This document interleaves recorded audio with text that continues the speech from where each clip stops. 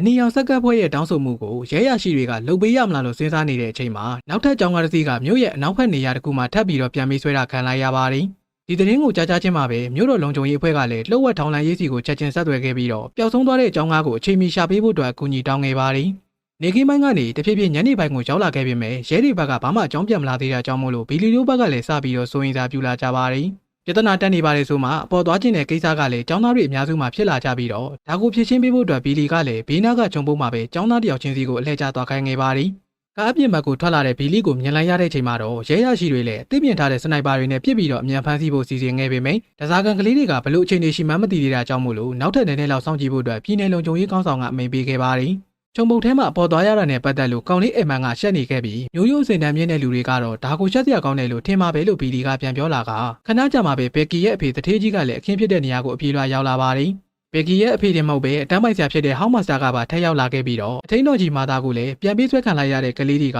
သူ့ရဲ့အတန်းကចောင်းသားတွေဖြစ်တယ်လို့ပြောပြခဲ့ပါတယ်။အခုလိုမျိုးစိတ်ပူစရာတွေဖြစ်သွားတာကြောင့်မို့လို့တထေးကြီးကိုလည်းဟောင်းမစတာကတောင်းပန်ခဲ့လိုက်ပြီးဒဇာကန်ဖြစ်ဖန်ခံထားရတဲ့ကလေးတွေကိုဘယ်လိုမျိုးကဲထုတ်ပေးရမလဲဆိုတာကိုလည်းဆွေးနွေးတိုင်ပင်ခဲ့ကြပါတယ်။ထင်ထားတဲ့အချိန်ကပူကြနေခဲ့တာကြောင့်မို့လို့ကားထဲမှာရှိတဲ့ကလေးတွေလည်းအတွေးပေါင်းစုံတွေးလာရင်စိတ်ပူပန်လာခဲ့ကြပြီးတော့လူတွေရဲ့အတွေးတွေကိုကြားနေရတဲ့အားညာလည်းဒီတန်တွေကြောင့်မို့လို့ပဲခေါင်းတွေမူပြီးရင်မူနေခဲ့ပါတယ်။ကလေးတွေရဲ့အခြေအနေကိုတတိထားမိနေတဲ့ဘီလီကသူ့တောင်းဆိုတာတွေမရသေးဘူးလားလို့အပြင်ဘက်ကိုလမ်းမေးခဲ့လိုက်ပြီးတော့ဖန်ဆီးခံထားရတဲ့အနီရောင်ဆက်ကပ်ဖွဲ့သား၃ယောက်ကိုလှုပ်ပေးဖို့စတင်လှုံ့ဆော်နေပြီဆိုတာနဲ့နောက်ထပ်အချိန်လေးနည်းနည်းလောက်ပဲပေးဖို့အရာရှိကောင်းဆောင်ကပြန်ပြောခဲ့ပါတယ်။ကားထဲမှာရှိတဲ့ဒဇာကန်ကလေးတွေအဆင်ပြေရလားဆိုတာစစ်ဆေးကြည့်ကျင်သေးတယ်ဆိုတာနဲ့စားနပ်ရိက္ခာကိုပါပို့ခွင့်ပြုဖို့အတွက်အရာရှိကောင်းဆောင်ကပြန်တောင်းဆိုခဲ့ပြီးဘီလီရဲ့ဘက်မှလည်းဒီယာကိုသဘောတူခဲ့လိုက်ပေမဲ့အစားအစာလာပို့မဲ့လူကိုတော့ရဲတွေတဲကမဟုတ်တဲ့ပြင်ပလူဖြစ်ရမယ်လို့ပြောဆိုခဲ့ပါတယ်။သမီးဖြစ်သူဘက်ကီဘိုက်စာနေမှာကိုမကြည့်ရတဲ့တတိကြီးကကျင်ငါပွင့်စပုံမှုတွေချက်တဲ့အကောင်းဆုံးမှဆိုတဲ့ဟင်းလျာတွေကိုပို့ပေးဖို့စီစဉ်ခဲ့ပေမဲ့အချိန်တွေပို့ပြီးရှုပ်ထွေးသွားမှဆိုတာကြောင့်မို့လို့ဘေးနားကအထင်းတော်ကြီးမာသာကပဲအသိယူလာတဲ့အစာကြောက်တွေကိုတောက်ပို့ခိုင်းမှုပြင်ဆင်ခဲ့ပါတယ်။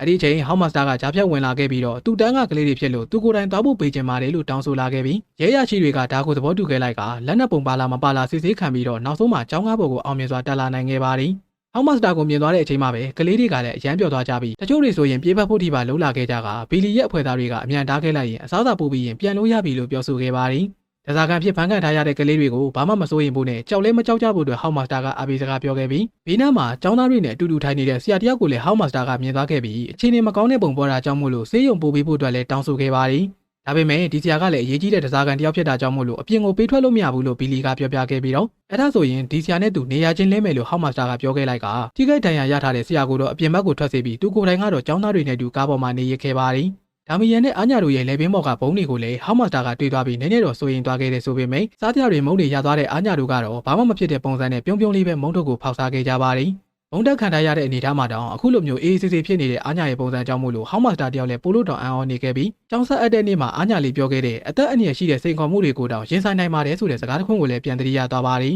။မုံတို့ရဲ့တသိက်ကိုမြင်သွားတဲ့ဘက်ကီရဲ့ဘက်မှာလည်းဒီမုံတွေဟာသူ့ဖေထုတ်တဲ့မုံတွေဆိုတာကိုသိသွားပြီးအဖေဖြစ်သူကသူတို့ကိုလာခဲ့ပြီလို့ကလေးတွေကိုအော်ပြောခဲ့ပြီးတော့အရေးပေါ်အစာကြောက်တွေသာဖြစ်လို့အရသာကတိတ်မကောင်းပဲဒါမီယန်ပါဝင်အခြားကလေးတွေကလည်းတိတ်ပြီးစားလို့မကောင်းဘူးလို့စိတ်ထဲကနေပြောနေကြပါတယ်။လောကကြီးအကြောင်းကိုဘာမှနားမလည်သေးတဲ့ကလေးတွေကတော့အစားအစာလေးတစ်ခုရတာတောင်ပြုံးပြော်နေကြပြီးလူကြီးတွေရဲ့အရှုပ်ထုတ်တွေကြားကိုဝင်ပေါအောင်လုံးမိခဲ့တာကြောင့်ဘီလီတယောက်လည်းကလေးတွေပေါ်ကိုအာနာစိတ်ဖြစ်နေခဲ့ပါတယ်။ကလေးတွေပြောနေတာကိုကြည့်နေတဲ့ဘီလီကိုတတိထားမိသွားတဲ့ဟောင်းမစတာကသားသမီးရှိလာလို့ကြားကနေဖြတ်ဝင်မိခဲ့ပြီးသူ့မှာသမီးတယောက်တော့ရှိခဲ့တယ်ဆိုပေမဲ့ဒီနိုင်ငံရဲ့အစိုးရလက်ချက်ကြောင့်အရင်နှစ်ကပဲအသက်ခံလိုက်ရတယ်လို့ဘီလီကပြန်ပြောလာပါတယ်။အခြေခံလူတန်းစားတွေပေါ်ခွဲခြားဆက်ဆံတဲ့အစိုးရကိုမကြိုက်တာကြောင့်မို့လို့လူငယ်တွေနဲ့ပဲဖွဲ့စည်းထားတဲ့အနီရောင်ဆက်ကက်လို့ခေါ်တဲ့အဖွဲ့တစ်ဖွဲ့ပေါ်ပေါက်လာခဲ့ပြီးထိုလူငယ်လေးတွေကသူတို့တက်နိုင်တဲ့နီးလန်းနဲ့ပဲစန္ဒထုတ်ပေါ်ပြီးတော့အစိုးရရဲ့မမျှတတဲ့အုပ်ချုပ်ရေးစနစ်ကိုလည်းကန့်ကွက်ခဲ့ကြပါတယ်။အဲ့ဒီထဲမှာဘီလီရဲ့သမီးဖြစ်သူဘီဒီကလည်းပါဝင်နေခဲ့ပြီးတော့စန္ဒပြပွဲတွေကိုအင်အားသုံးပြီးဖြိုခွင်းနေတဲ့အစိုးရဖွဲ့စည်းကလူတွေကြောင့်မို့လို့သမီးဖြစ်သူတို့အရန်စိုးရိမ်နေခဲ့ကအနီရောင်ဆက်ကက်ဖွဲ့ထဲမှာဆက်မနေဖို့အတွက်လည်းတားဆီးခဲ့ပါတယ်။ဒါပေမဲ့ဘီဒီကတော့မမျှတတဲ့အစိုးရရဲ့အုပ်ချုပ်မှုကိုတေချာပေါက်ရအောင်ရပ်တန့်ပစ်မယ်လို့စိတ်ပိုင်းဖြတ်ထားပြီး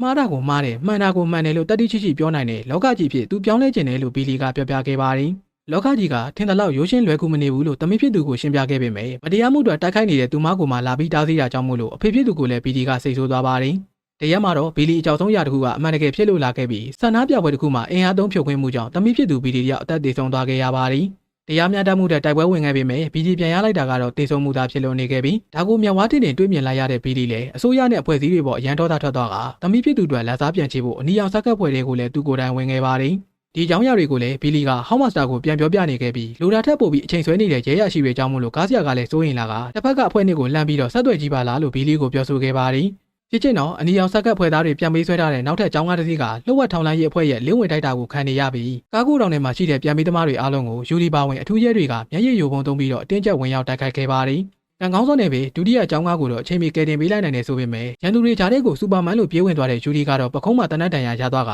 တွေးပူနေတဲ့အချိန်မှာတော့ဘလို့မှမနေပေမဲ့တွေးအေးသွားတဲ့အချိန်မှာတော့ငဲတန်းပေါင်းအော်ဟစ်ပြီးတော့အလူးလဲဆေးပြန်ကူနေခဲ့ရပါတယ်။ရဲရရှိတွေကိုတာဝန်ပေးတာကထင်တလောက်အလုံးမဖြစ်ဘူးဆိုတာအစိုးရကိုယ်တိုင်လည်းသိသွားတာကြောင့်မို့လို့ပြည်내လုံခြုံရေးကလူတွေကိုပဲတာဝန်လွှဲပြောင်းပေးခဲ့လိုက်ပြီးလုတ်ပိုင်ဝင်အပြည့်ရသွားတဲ့လုံခြုံရေးကောင်းဆောင်ကလည်းအထူးစစ်သားတွေကိုဆင့်ခေါ်ခဲ့လိုက်ပြီးတော့ကျောင်းကားပေါ်ကပြန်ပေးသမားတွေကိုအင်အားသုံးပြီးတော့ဖမ်းဆီးဖို့အတွက်လုပ်ခဲ့ပါတယ်။ဒုတိယကားကိုပြန်ပေးဆွဲထားတဲ့အနီရောင်ဆက်ကပ်ဖွဲ့သားတွေအားလုံးကအသက်ခံလိုက်ရပြီဖြစ်တဲ့အကြောင်းလုံခြုံရေးကောင်းဆောင်ကလော်စပီကာနဲ့အော်ပြောခဲ့လိုက်ပြီးတော့ကျန်တဲ့ဖွဲ့သားတွေအားလုံးတိတ်ဆုံးသွားပြီဆိုတာကိုသိလိုက်ရတဲ့ဘီလီတို့လည်းအတော်လေးတုန်လှုပ်သွားကြပြီးအခုလုံနေတဲ့မစ်ရှင်ကလည်းအောင်မြင်နိုင်ခြေအရန်နေသွားပြီဆိုတာကိုနားလည်သဘောပေါက်သွားကြပါတယ်။ဘီလီတယောက်ဖြစ်လာတဲ့အခြေအနေတွေကိုတုံးတက်ရင်ဘယ်လိုဆက်လုပ်မလဲဆိုတာတေချာလေးစဉ်းစားကြည့်နေခဲ့ပေမဲ့စိတ်ပူလာတဲ့ကားဆရာကတော့မစားရတဲ့အမဲကိုတဲနဲ့ပတ်သက်လို့မျိုးသူတို့ကြီးပဲတော့အသိမခံနိုင်မဲ့ကျောင်းကားတစ်ခုလုံးကိုတကယ်ဘုံစင်နဲ့ဖောက်ခွဲဖို့ပါစဉ်းစားလာပါတယ်။ကားဆရာကြီးရဲ့အတွေ့အကြုံကိုလည်းတစ်ဖက်မှာရှိတဲ့အားညလေးကအကုန်ကြားသွားခဲ့ပြီးတော့ဒီတစ်ခါတကယ်ဘုံစစ်ကိုထုတ်သုံးတော့မယ်ဆိုတာသိသွားပြီးအကုန်လုံးဘေးကင်းအောင်သူတခုခုလုံးဝဖြစ်တော့မယ်လို့စိတ်ထဲကနေပြောနေပါတယ်။အထူးတပ်ဖွဲ့ဝင်တွေကိုတာဝန်ပေးထားတဲ့လုံခြုံရေးခေါင်းဆောင်ရဲ့ဘက်မှာတော့ကလေးတွေရဲ့အသက်ကိုတောင်မကြည့်ပဲပြန်ပေးသမားတွေကိုသာအရာဖမ်းဆီးဖို့ပြင်နေခဲ့ပြီးကျောင်းကားရဲ့အနာကိုအထူးရဲတွေကပါချင်းကပ်လာပြီးဆိုတာအားညကထပ်ပြီးသိသွားကဘီဒီတို့စီကိုလည်းအကြောင်းရင်းမရှိပဲထားသွားခဲ့ပါတယ်။အားညရဲ့အမေယူရိုရဲ့ဘက်မှာလည်းသမီးဖြစ်သူကအခုချိန်ထိပြန်မလာသေးတာကြောင့်မို့လို့အဲဒန်ကျောင်းကိုဖုံးစားကအကျိုးကြောင့်လမ်းမေးကြည့်နေခဲ့ပြီးတော့ဟောက်မတ်စတာရဲ့အမိန့်ကြောင့်ကလေးတွေအားလုံးလေးလာရီခီကနေအပြန်နောက်ကျနေတာဖြစ်တယ်လို့ဆရာဆရာမတွေကလည်းလိန်ပြောခဲ့ပါတယ်။ဒီစကားကိုအနှဲငယ်တန်တရားဝင်သားတဲ့ယူရိုကနောက်ထပ်ကျောင်းသားမိဘတွေစီကိုဆက်သွယ်ကြည့်ခဲ့လိုက်ပြီးအခြားကလေးတွေကပြန်လာကြပေမဲ့အားညတို့ရဲ့အတန်းတစ်ခုကပဲကွက်ပြီးပြန်ရောက်မလာသေးတာဆိုတာကိုလည်းသိသွားခဲ့ပါတယ်။ဘုံပေါက်ကွဲမှာကိုတားဆီးဖို့အားညကထိုင်ကုန်ကနေထားလာခဲ့တယ်ဆိုပေမဲ့ဘီလီရဲ့အနားကိုရောက်သွားတဲ့အချိန်မှာတော့ဘာပြောရမှမသိဖြစ်နေခဲ့ပြီးမဟုတ်တာတွေရှောက်ပြောမိလိုက်ပြန်ရင်လည်းဘုံကပေါက်ကွဲသွားမှဆိုတာကြောင့်မို့လို့ဘယ်လိုစကားမျိုးပြောရမလဲဆိုတာတောက်လျှောက်စဉ်းစားနေခဲ့ပါတယ်။ချစ်ချင်ရဖြစ်ဆိုတဲ့ပုံစံနဲ့ပဲနောက်ထပ်ဘိုက်ဆာလာလို့မုတ်တက်ပေးပါအောင်လို့အားညကပြောချပြခဲ့လိုက်ပြီးဆောင်းနာကမှဘိုက်ကားအောင်စားထားတာကိုအခုထပ်စားကျင်တယ်လို့ပြောလာတာကြောင့်မို့လို့ဟောက်မတ်စတာလည်းမျက်လုံးပြူသွားပါတယ်။ဘီလီကတော့ဘာစားတရားမှထပ်မပေးနိုင်ဘူးလို့ပြောရင်သူ့နေရာသူပြန်ထိုင်ခိုင်းခဲ့လိုက်ပေမဲ့အစားတလုံးတွေသေးရင်သေးပါစေလုံးဝပြန်မထိုင်နိုင်ဘူးလို့အားညကပြန်ပြောခဲ့လိုက်ပြီးဒီတိုင်းဘာမှမလုပ်ပဲသေးတာတက်စားရင်ပြောချင်ရပြောပြီးသေးသွားတာကမှပိုကောင်းအောင်မယ်လို့ဘီလီကိုအော်ပြောခဲ့လိုက်ပါတယ်။အားညရဲ့ပြောစကားကြောင့်မို့လို့ပဲဘီလီတယောက်တိတ်ဆုံးသွားတဲ့သမီးဖြစ်သူကိုတတိပြန်ရသွားခဲ့ပြီးတော့ဘာမှမလုပ်ပဲနေမဲ့စားတရားမျှတမှုတွေတိုက်ပွဲဝင်ပြီးသေးသွားတာကမှပိုကောင်းအောင်မယ်ဆိုတဲ့ဘီဒီရဲ့စကားကိုလည်းနားထဲမှာပြန်ကြားအောင်လာခဲ့ပါတယ်။အားညရဲ့ပုံစံကတေးသွားတဲ့ BD ရဲ့ပုံစံနဲ့အတော်လေးတူနေတာကြောင့်မို့လို့သူမရဲ့လေဘင်းကဘုံကိုပါဖြုတ်ပေးပြီးကားပေါ်ကနေလည်းတယောက်တည်းဆင်းသွားခိုင်းခဲ့လိုက်ပါတယ်။အားညကို BD လို့အထင်မှားသွားတာကြောင့်မို့လို့သူကိုယ်တိုင်တော့မသိလိုက်ခင်မှာပဲအခုလိုမျိုးတွေလုံးမိသွားတယ်ဆိုပေမဲ့ဘုံပေါက်ကွဲမှုကိုရအောင်တားဆီးကျင်နေတဲ့အားညဟာတငယ်ချင်းတွေမပါပဲဘယ်ကိုမှမသွားနိုင်ဘူးလို့ပြောရင်ကားပေါ်ကိုပြန်တက်လာပါတယ်။ဒါကလည်းအနီရောင်ဆက်ကပ်ဖွဲ့သားတွေပေါ်တစ္ဆာရှိတဲ့ BD ရဲ့ပုံစံနဲ့တွားတူနေပြန်ပြီးဇက်တိုက်တွေဝင်နေတဲ့ BD ရဲ့ပုံစံကြောင့်မို့လို့ကားဆရာကလည်းစိတ်တူလာပြီးတော့သူတို့ရဲ့အစီအစဉ်ကိုနှောင့်နှေးအောင်လုပ်နေတဲ့အားညကိုတနက်နဲ့ပြစ်တက်ဖို့လုပ်ခဲ့ပါတယ်။ဒါပေမဲ့ဘေးနာကဟောက်မတ်စတာကအားညလေးကိုအရှိကနေအချိန်မီဝင်ကားခဲ့လိုက်ပြီးတော့အနီရောင်ဆက်ကပ်ဖွဲ့ရဲ့ဆောင်ဖို့ဖြစ်တဲ့တရားမျှတခြင်းကိုဖော်ဆောင်မယ်ဆိုတဲ့စကားကိုလည်းဘီလီကရုတ်တရက်ပြောလာပါတယ်။အမှန်တကယ်တော့ဘီလီဟာသမီးဖြစ်သူတွေလက်စားချခြင်းနဲ့စိတ်နဲ့သာအနီရောင်ဆက်ကပ်ဖွဲ့တွေကိုဝင်လာခဲ့တဲ့ဆိုပေမဲ့တကယ်တမ်းမှာသူလုံးနေတဲ့အရာတွေကလုံးဝတရားမျှတမှုမရှိပဲအစိုးရကိုဒေါသထွက်ပြီးတော့ရှောက်ရမ်းနေတာကြီးပဲဖြစ်ပါတယ်။ကျောင်းစာကျွေးရင်းကနေကြောင်ကုတ်ခံလိုက်ရတဲ့သမီးဖြစ်သူရဲ့အဖြစ်ကြောင့်စိတ်ပူခဲ့ရတဲ့အခြေအနေမျိုးတွေရှိခဲ့ပေမဲ့အခြားကျောင်းတွေစီကနေလူယူစားတောင်းနေတဲ့ကျောင်းအိုကြီးကိုတားဆီးပေးနိုင်ခဲ့လို့ဘီလီကတော့အရန်ပျော်ရွှင်နေခဲ့ပါတယ်။ကျောင်းတွေမှာလည်းဒန်းတူခွင့်ရရှိတဲ့နဲ့မဟုတ်လားလို့အဖေဖြစ်သူကိုမေးလာခဲ့ပြီးအဲ့ဒီလိုပဲသူမကိုယ်တိုင်ကလည်းလူတွေအတွက်ဒန်းတူကြည်များတဲ့လောကကြီးကိုဖန်တီးပေးခြင်းခဲ့တာပဲလို့ပြောရင်ဘီလီရဲ့မျက်စိတွေကနေလည်းအပီးတိုင်ပြောက်ကွဲသွားပါတယ်။အစိုးရရဲ့နီလန်းတွေကိုမကြိုက်တဲ့အနီရောင်ဆက်ကပ်ဖွဲ့ရဲ့လမ်းစဉ်တွေကအစာကလေးကမှားယွင်းနေတယ်ဆိုတာကိုဘီလီကသိပေမဲ့သမီးစောကြောင့်သာမှားနေမှန်သိရတဲ့ဆက်ရှောင်မိနေတာဖြစ်ပါတယ်။ဒါပေမဲ့အားညရဲ့မဟုတ်မခံပုံစံကိုမြင်လိုက်ရတဲ့အချိန်မှာတော့သူလုံးနေတဲ့အရာတွေကမှားတယ်ဆိုတာကိုလက်ခံသွားပြီးအားလုံးရဲ့အရှိမပဲကားရဲ့ပြင်ပကိုတယောက်တည်းထွက်သွားကသူရှုံးပေးပါတယ်လို့ပြောရင်ရဲတွေစီမှလည်းအသာတကြီးဖန်ခံလိုက်ပါတယ်။မှားတာကိုမှားတယ်ရှုံးတာကိုရှုံးတယ်လို့ပြောနိုင်တဲ့လောကကြီးကိုသမီးဖန်တီးနိုင်ခဲ့ပြီလို့ဘီလီတယောက်ပြောဆိုနေခဲ့ပြီးတော့ဒီလိုရက်ကိုမြင်သွားတဲ့ကားဆရာကလည်းကားကိုဒုံဆိုင်မောင်းပြီးတော့အဝေးကိုထွက်ပြေးဖို့စီစဉ်ခဲ့ပေမဲ့အသင်းဆောင်နေတဲ့လုံခြုံရေးကားတွေကလမ်းကိုပိတ်ပြီးတော့တားဆီးခဲ့ပါတယ်။ဇဲမလျှော့သေးတဲ့ကားဆရာကအားညကိုခေါ်ကသူတယောက်တည်းကိုလိုယုံပြီးတော့ထွက်ပြေးဖို့ပါထပ်လုပ်ခဲ့ပြီးတစ်ဖက်မှာရှိနေတဲ့အထင်းတော်ကြီးမာသားကလည်းလေးပေါ်ပြန်တိုင်းခွက်တွေနဲ့ကားဆရာအနာကိုရောက်လာရင်အသင်းပါလာတဲ့ရှော့တိုက်ဆက်နဲ့ပဲပြစ်ပြီးတော့ဖမ်းခဲ့လိုက်ပါတယ်။ဒီလိုနဲ့ပဲကျောင်းကားပေါ်ကကလေးတွေအားလုံးလည်းအသက်အန္တရာယ်ကင်းကင်းနဲ့ပဲအပြင်ဘက်ကိုပြန်ထွက်လာနိုင်ခဲ့ကြပြီးတော့အားလုံးစိတ်ပူနေကြတဲ့ကျောင်းကားပြန်ပေးဆွဲမှုကြီးကလည်းအဆင်ပြေပြေနဲ့ပဲအဆုံးသတ်လို့သွားခဲ့ရင်းနဲ့ပဲအပိုင်းရှိကလည်းဒီနေရာမှာတင်ပြီးဆုံးလို့သွားပါတယ်။